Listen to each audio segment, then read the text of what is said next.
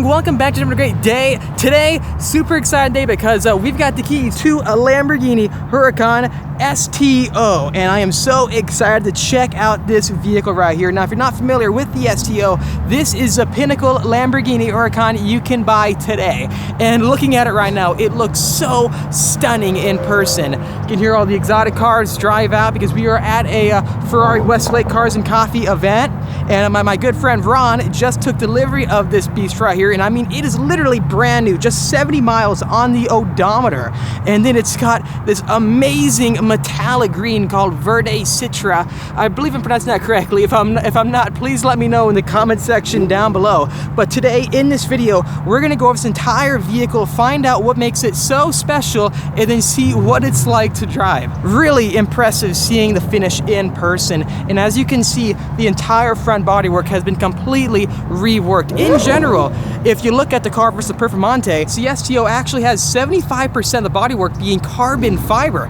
The entire front hood assembly is one big piece of carbon fiber, and I'll show you that very shortly. Love the front louvers up top. This actually helps to relieve all the high pressure air from the wheel well out through the top to actually give you more downforce. This is for the aero, and you see a lot of modern supercars doing this, like Porsche, McLaren, and so forth. But the aerodynamics don't end anywhere. Massive S-duct design up front. The entire design resembles that of the actual Super Trofeo race car. This is the closest you can get to the Super Trofeo race car that is street legal. So that is the best part about it, and then it's a selling point. So you may be wondering, why would you buy this car over like a Lamborghini Performante? Well, to be honest with you, there's a lot more to it than that. It's not just a body kit version of the Performante. The entire drivetrain has actually changed. This is a rear-wheel drive version, and a lot of the magazines actually said how their favorite version of the Lamborghini Huracan was the rear-wheel drive Evo because it's more playful, right? It feels more natural. With that being said, this is that, but to the next level. Imagine a Huracan Performante, but with more aggressive aerodynamics, better suspension, and also a more raw entire experience, I guess you can say, that's rear-wheel drive. The entire front fascia design has been reworked for the STO. This could be, I think, the last iteration of the Lamborghini Huracan we might see, but it is very impressive seeing all the resemblances with this car and the actual Super Trofeo race car. You can see the massive intakes up front, and then the aerodynamic front splitter design helps distribute that airflow to give you more downforce in the front of the vehicle. This entire hood is one big piece, so it's very impressive. You can open it up, and you can see the S-ducts actually doing their magic right. It's not as wide as I thought they would be, but it's really cool seeing how you still have a tiny bit of a compartment right there in the middle, maybe just enough room for a helmet, and then that's it. But you know, this is a race car. It's not about having as much storage as possible. It's about enjoying it for what it's meant for. My only fear though is if anything happens and someone hits you, or you hit a cone on the racetrack or something, repairing this front bumper clip would be very, very scary since it's one big piece of carbon fiber. I can't imagine just how much money it might cost. Backing up, you can see just how massive it is. So yes, if you have an STO, be as careful and gentle as possible with making sure the front end gets no damage at all. Now, going over the entire specs for the Huracan STO, it does have 631 horsepower, same engine power plant essentially as the Lamborghini Performante. But the best part about it, and this is why you might want to buy this over the Performante, is that since it does have more of the race car focus, they have made it rear-wheel drive again, and that actually is helping them save weight, plus with tons more carbon fiber body panels. Again, 75% of the body panels are carbon fiber. Not just that, you're actually getting over 200 pounds of more rear downforce with the spoiler versus a Performante, because this is actually adjustable. So no, it doesn't have all the active aerodynamic trickery that the Performante has. This is taking it back to the basics and making it as close as possible to the Super Trofeo race car, and that is what I love about it. Depending on your driving style, you can change the settings for this rear spoiler in the middle right here. I don't speak Italian, so please excuse me for not pronouncing these. If you want more rear end grip or less and more oversteer, you can lower the spoiler in the back or raise to give you more downforce. One design I absolutely love is this rear hatch right here. It reminds me so much of the Lamborghini SVJ with the shark fin out back, but that actually produces aerodynamic stability ability for the high speed and with the corners. And this roof scoop doesn't actually bring air to the intake. This is for the cooling of the vehicle to help maintain temperature in the back. It's grabbing air, and the air can extract with these vents in these slots right here over the engine bay. So you can still see the engine bay, which is the best part, but I believe that the entire visibility from the inside must not be good at all versus what it is stock. This one does not have the magnesium wheels spec'd, but they are center locking with the CCMR rotors, which are actually 25% more powerful, and it has 400% better thermal resistance for tracking. So these are the most advanced carbon ceramic rotors you can buy right now for Lamborghini. Unfortunately, it doesn't have the R-Spec tires. These are the standard 245/30/20 Bridgestone sport tires, but with the R compounds, you will see probably a 2 to 3 second decrease in lap times.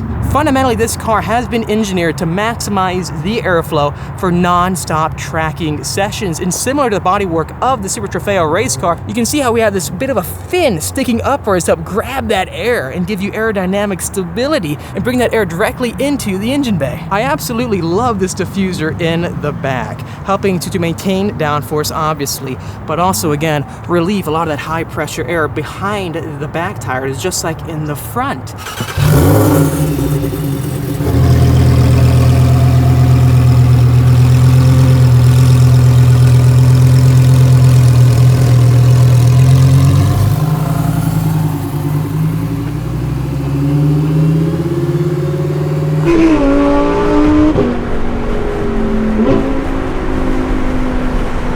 Alrighty guys, here we are hopping inside the driver's seat of the Lamborghini Super Trofeo Omologato. That's how you pronounce it, right? Yep.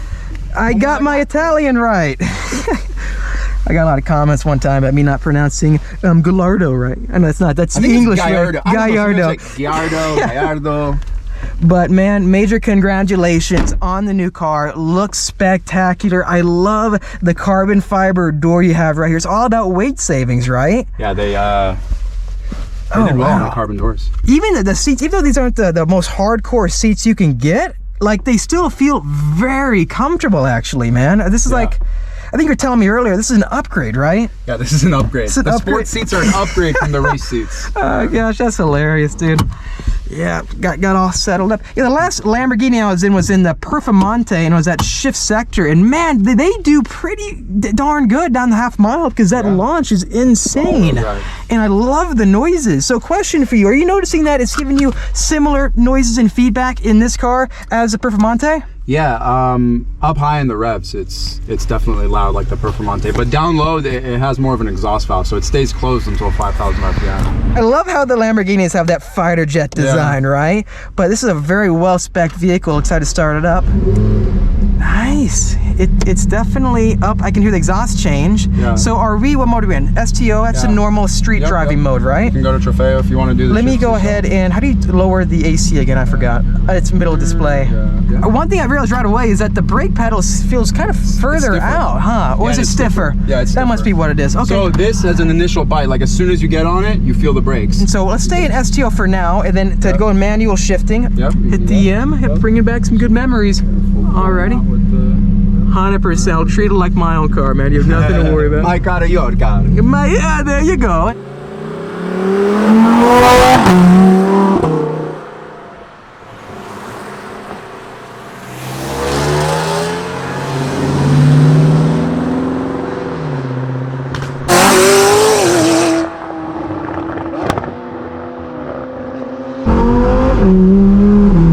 Wow, man.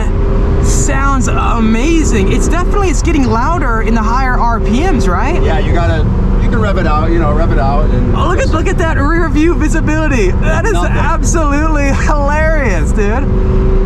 It actually, you can't see anything. I love the steering response, actually. It feels lighter than the other Huracans, and it feels more direct and agile, kind of LT-ish, right? Yeah. But it doesn't have a hydraulic steering rack, though. No, still electronic, I think. Brake pedal, brakes? Yes, very stiff right away. Wow, very impressed. The steering is just light. A lot of supercars out there, they'll get super heavy and overweighted steering. But this, it doesn't feel like that. It just feels like, kind of like the LP580, but way on its, high on its toes. Which way? You can go right. Right? Yeah, this road is absolutely amazing. But the NAV8, you don't really? Well, it's Parker. Go. Yeah. No, actually, he's gonna ruin our windshield. Oh, he is? Oh, then don't let him go. Okay. Just feeling it out.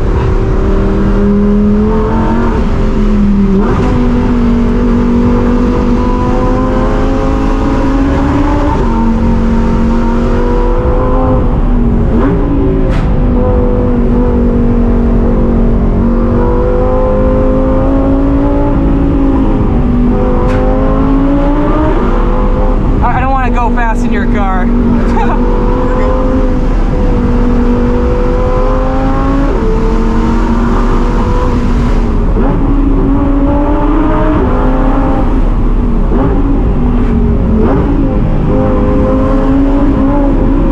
But dude, right away, I honestly love the feel of the STO. It feels very lightweight, very much on its toes.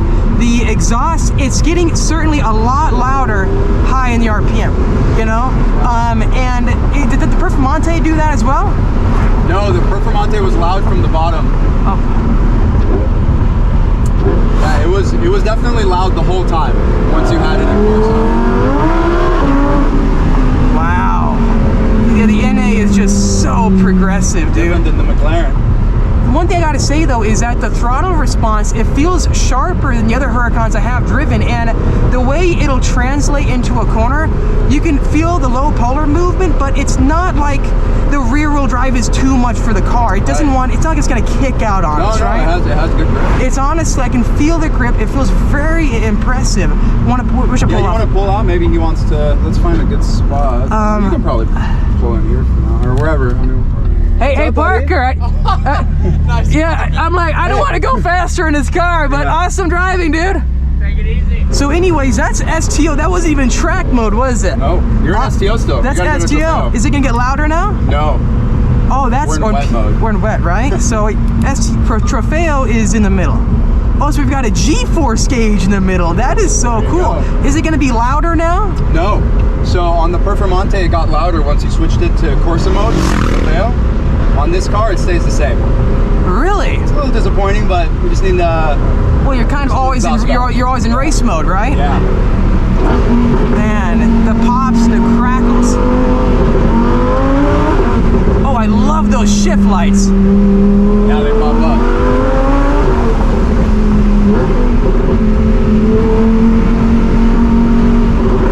Wow. Super progressive. So do you find yourself missing the all-wheel drive nature of it? No, I mean, so or how does that work? I think it's fine. I'm sure if you're driving in the rain, the all-wheel drive might have been better, but you know, we'll see. Oh, it's definitely stiffer right now, man. This is, it actually feels more stiff than the 600 LT, doesn't it? Yeah. It feels stiffer than the GT3 RS too. It does. If you guys don't know, Ron's got a really awesome collection of cars. Also, make sure to follow him on Instagram. I am very impressed with this car, man. I really appreciate the chance to test it out because, you know, getting inside like the Pista and so forth and other track-focused supercars, it's interesting because, yeah, the prices start getting similar, but the driving experience in this car couldn't be more wildly different than the 600 LT or the Pista, because the Pista's got that brutality of a straight line acceleration, but this is alive, you know, like literally you can see how much the steering wheel is moving and how light it is. Literally, like you can dart it left and right, and the steering ratio of it doesn't make you beg for more, because some cars, you know, you want to go like, oh, it's not turning hard enough, but I feel like they haven't detuned it, whereas you won't get any oversteer. I heard that you also can get a new driving telemetry system with this car. Do you have it? I didn't order it. I tried not to put too many specs because they were having so many production delays. If you spec too much carbon or you got the magnesium wheels, they started to have a lot of delays. Really? So no telemetry pack. How much more money is like the magnesium wheels and so forth? I think the magnesium wheels, I think you have to get the track pack for like 10,000 or something, and the magnesium wheels were another 10,000 or something. Lambo's specs are pretty reasonable compared to like McLaren, for example, where you can spec, you know, $70,000 of carbon. Yeah. This, I think the full carbon pack. So like this is standard, right? The carbon fiber on the doors. All the carbon on this car is standard, yeah.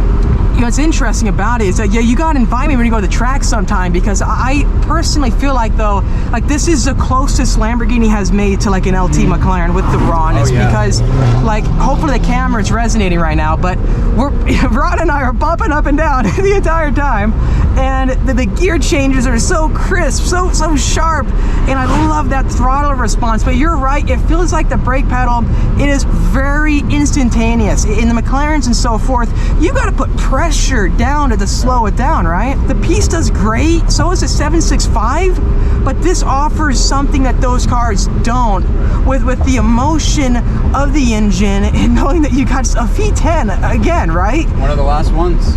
This the last final version, you think, before it's I'm like sure the they'll crank send-off? out another few V10s. You think so? Is that like in the secret? The secret Lamborghini inside knowledge. Well, you're a buyer. I don't know. But I'm gonna back off a little bit because it's rocks. Where do you think we should pull off at? The next. Yeah, we'll find. Let's just see where the next road is. One thing I do have to say though, it seemed like in the higher RPM in some of the corners, the throttle feels like it could be a bit too sharp sometimes. Yeah. Because you feel like how I barely tapped it. Right, and it lunges. That's my one concern.